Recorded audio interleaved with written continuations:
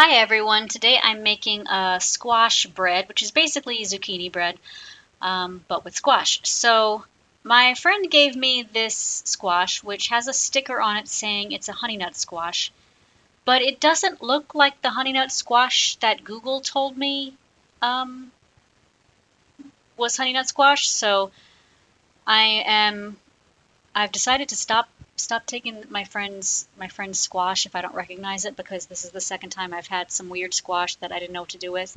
I had to look up how to cook it. So you're supposed to be able to cut it the way I am. It actually said to cut it down the middle on Google, but there's a big stem in the way, so that's not going to happen. And it's quite difficult to cut, even though it said online that you cut it before you cook it. So I'm confused and thinking perhaps this is not Honeynut squash and the sticker was placed incorrectly. If you know what kind of squash this is, I would love to be informed. It still tasted very good with this recipe, but I don't think this was honey nut. So I kind of cut off, I basically cut it like it was a mango. And then I put it in the oven at 425 for half an hour, if I'm not mistaken. Online suggestions vary, and it's based on the size of the squash. So I think I'm pretty sure I started at 30 minutes. So I don't think I scooped this stuff out beforehand. I'm pretty sure I scooped it out after it was baked, but that's no big deal.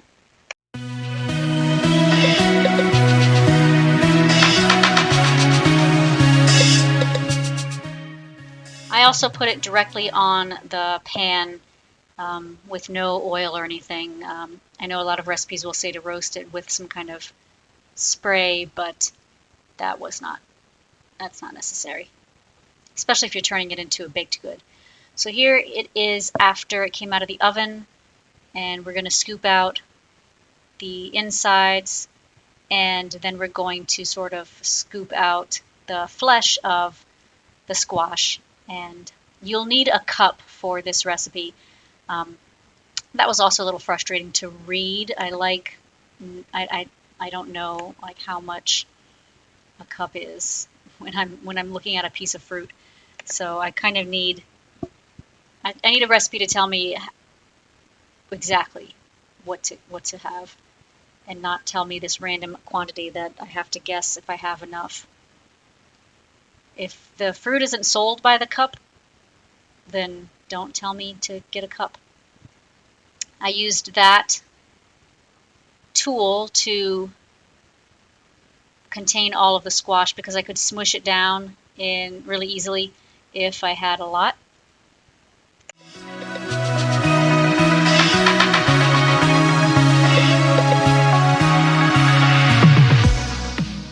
And there's really no way to do this before it's cooked or baked or whatever.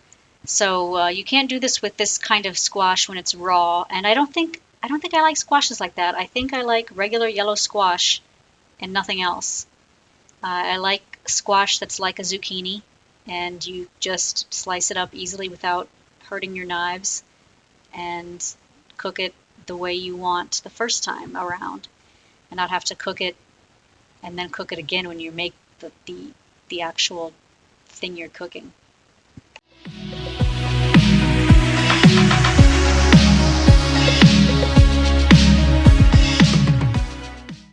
So that squash yielded a little bit more than a cup, and now we're going to start the actual baking.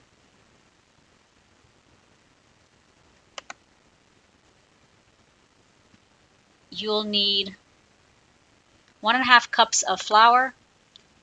So this is half a cup 3 times. I'm using whole wheat flour because it's got more fiber, but the recipe does call for all-purpose flour. You might be able to get away with oat flour instead if you need something a little bit safer. Half a teaspoon of baking powder, 1 teaspoon of baking soda, and 1 teaspoon of salt. Then whisk all those dry ingredients together.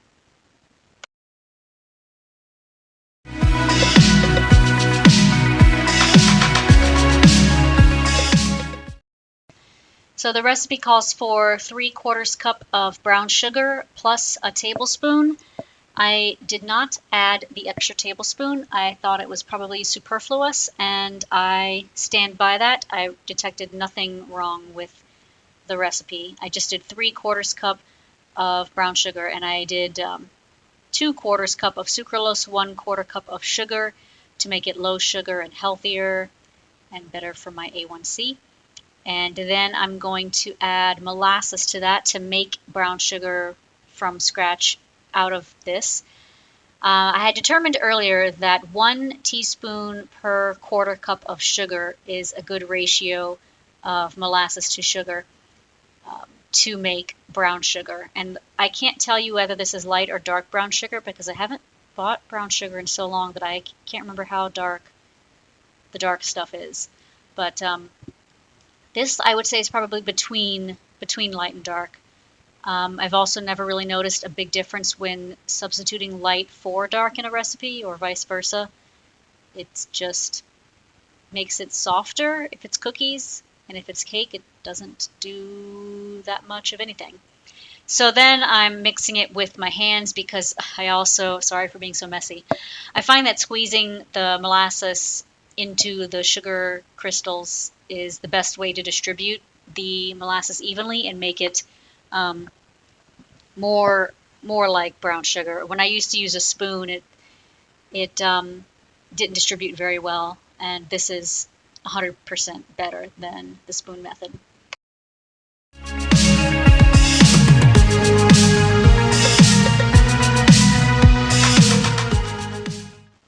So throw the brown sugar into the stand mixer with the squash, and then make a 1/4 cup of vegetable oil and add that.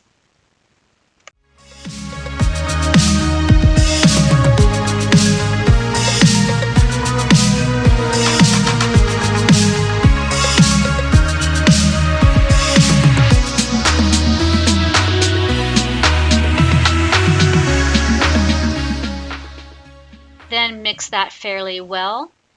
If you're enjoying this recipe so far, please like, share, and subscribe. Helps me reach more people and share the love of healthier cooking with others.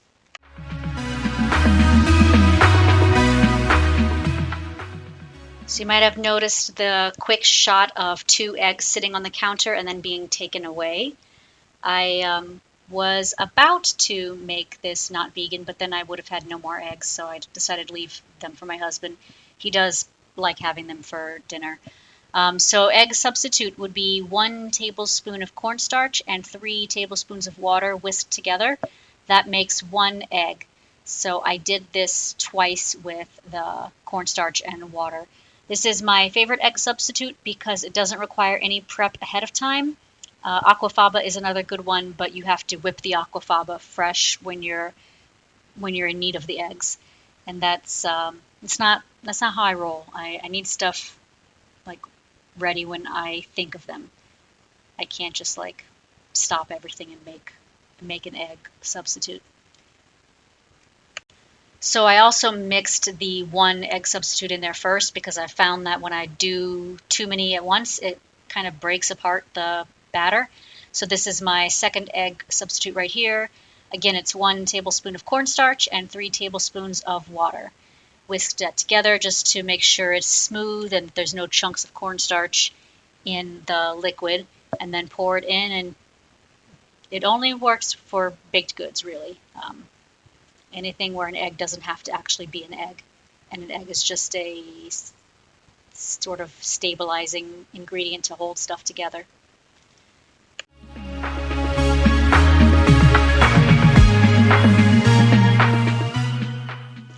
The recipe also calls for 4 tablespoons of butter, but this is vegan margarine, and I did not let it soften because I kind of forgot that was in the recipe. The ingredients aren't listed in order that you use them, which I find disorganized.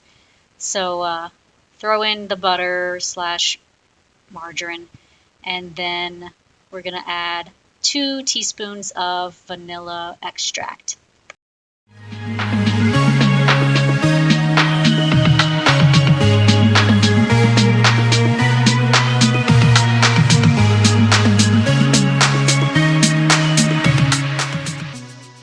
here's what it looks like after everything's mixed, all the wet ingredients. It doesn't look fabulous.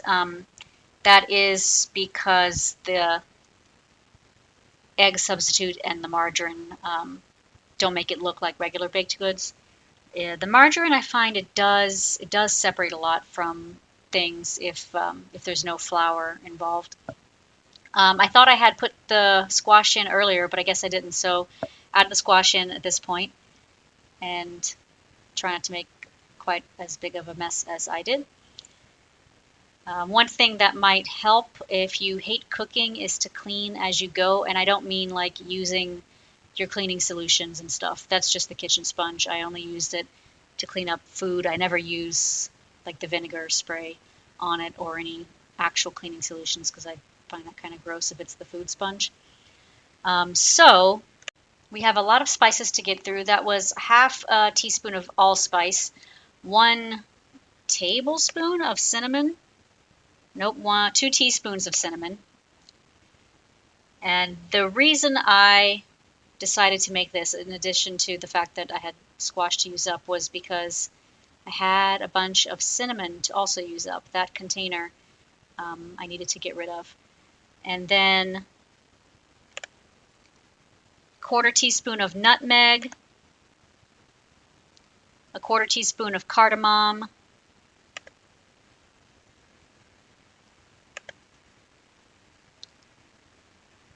I don't even know what you would use cardamom for besides something like this. 1/4 teaspoon of cloves, and a 1/2 teaspoon of ginger. I am actually surprised that I had all of these spices. I don't think I've used cloves or cardamom or even allspice for much of anything, or even nutmeg. My mom used to make oatmeal, instant oatmeal, using cinnamon and nutmeg, and that was the best thing ever. This was definitely smelling like Christmas to me. I know you might not have this in your family if you celebrate Christmas, but we had these like drawer satchels that smell good, and you're supposed to make your under things smell great. And ours, we had some Christmas ones, and they smelled like spices, like this. Like I think cardamom was in it, and cloves and nutmeg and stuff. So anytime I smell cinnamony goodness and those kind of things, it just reminds me of Christmas a lot. So I don't know if squashes are in season around Christmas. Probably not, because squash is like an autumn thing. But this could be a pretty good Christmas dessert recipe. Go ahead and add your flour mix half at a time, and then not stir, mix it. Mix it half at a time.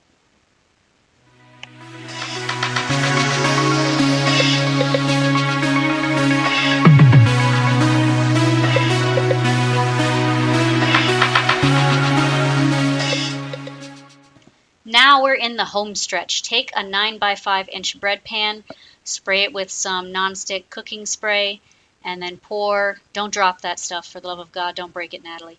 Pour that stuff in.